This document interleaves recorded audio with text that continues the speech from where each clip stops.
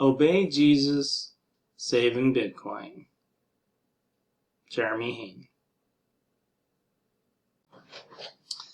Genesis chapter 31. Jacob flees from Laban. Jacob soon learned that Laban's sons were grumbling about him. Jacob has robbed our father of everything, they said. He has gained all his wealth at our father's expense. And Jacob began to notice a change in Laban's attitude toward him. Then the Lord said to Jacob, "Return to the land of your father and grandfather and to your relatives there, and I will be with you." So Jacob called Rachel and Leah out to the field where he was watching his flock. He said to them, "I have noticed that your father's attitude toward me has changed, but the God of my father has been with me. You know how hard I have worked for your father, but he has cheated me, changing my wages 10 times. But God has not allowed him to do me any harm, for if he said, 'The speckled animals will be your wages,' the whole flock began to produce speckled young. And when he changed his mind and said, 'The striped animals will be your wages,' then the whole flock produced striped young. In this way, God has taken your father's animals and given them to me. One time during the mating season, I had a dream and saw that the male goats mating with the females were streaked, speckled, and spotted. Then in my dream, the angel of God said to me, 'Jacob.' And I replied, 'Yes, here I am.' The angel said, 'Look up, and you will see that only the streaked, speckled, and spotted males are mating with the females of your flock, for I have seen how Laban has treated you. I am the God who appeared to you at Bethel, the place where you anointed the pillar of stone and made your vow to me. Now get ready and leave this country and return to the land of your birth.' Rachel and Leah responded, 'That's fine with us. We won't inherit any of our father's wealth anyway. He has reduced our rights to those of foreign women, and after he sold us, he wasted the money you paid him for us. All the wealth God has given you from our father legally belongs to us and our children, so go ahead and do whatever God has told you.' So Jacob put his wives and children on camels, and he drove all his livestock in front of them. He packed all the belongings he had acquired in Padan Aram and set out for the land of Canaan, where his father Isaac lived. At the time they left, Laban was some distance away, shearing his sheep. Rachel stole her father's household idols and took them with her. Jacob outwitted Laban the Aramean, for they set out secretly and never told Laban they were leaving. So Jacob took all his possessions with him and crossed the Euphrates River, heading for the hill country of Gilead. Laban pursues Jacob. 3 days later, Laban was told that Jacob had fled, so he gathered a group of his relatives and set out in hot pursuit. He caught up with Jacob 7 days later in the hill country of Gilead. But the previous night, God had appeared to Laban the Aramean in a dream and told him, 'I'm warning you, leave Jacob alone.'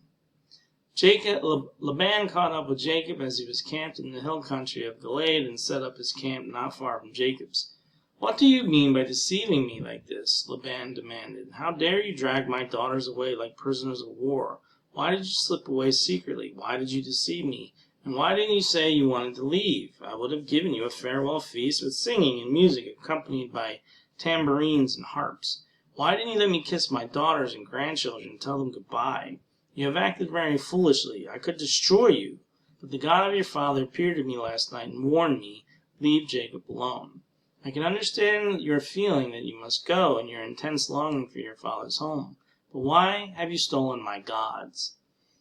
'I rushed away because I was afraid,' Jacob answers. 'I thought you would take your daughters from me by force. But as for your gods, see if you can find them and let the person who has taken them die. And if you find anything else that belongs to you, identify it before all these relatives of ours, and I will give it back.' But Jacob did not know that Rachel had stolen the household idols.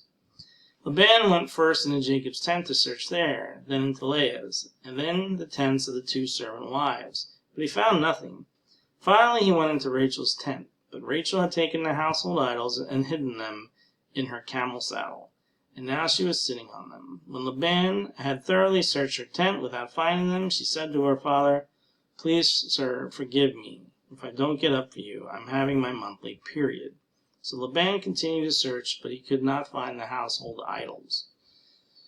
Then Jacob became very angry, and he challenged Laban, What's my crime? He demanded. What have I done wrong to make you chase after me as though I were a criminal? You have rummaged through everything I own. Now show me what you have found that belongs to you. Set it out here in front of us before our relatives for all to see. Let them judge between us. For 20 years I have been with you, caring for your flocks, and all that time your sheep and goats never miscarried. In all those years I never used a single ram of yours for food. If any were attacked and killed by wild animals, I never showed you the carcass and asked you to reduce the count of your flock. No, I took the loss myself. You made me pay for every stolen animal, whether it was taken in broad daylight or in the dark of night. I worked for you through the scorching heat of the day and through cold and sleepless nights. Yes, for 20 years I slaved in your house. I worked for 14 years, earning your daughters, and then 6 more years for your flock, and you changed my wages 10 times. In fact, if the God of my father had not been on my side, the God of Abraham and the fearsome God of Isaac, you would have sent me away empty-handed. But God has seen your abuse and my hard work. That is why he appeared to you last night and rebuked you. Jacob's treaty with Laban. Then Laban replied to Jacob, "These women are my daughters, these children are my grandchildren, and these flocks are my flocks. In fact, everything you see is mine. But what can I do now about my daughters and their children? So come, let's make a covenant, you and I, and it will be witness to our commitment." So Jacob took a stone and set it up as a monument. Then he told his family members, "Gather some stones." So they gathered stones and piled them in a heap. Then Jacob and Laban sat down beside the pile of stones to eat a covenant meal.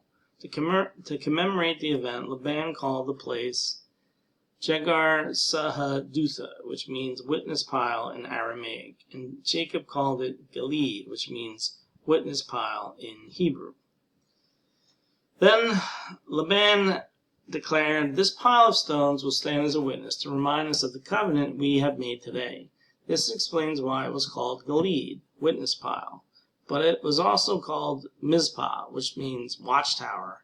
For Laban said, "May the Lord keep watch between us to make sure that we keep this covenant when we are out of each other's sight. If you mistreat my daughters, or if you marry other wives, God will see it, even if no one else does. He is a witness to this covenant between us."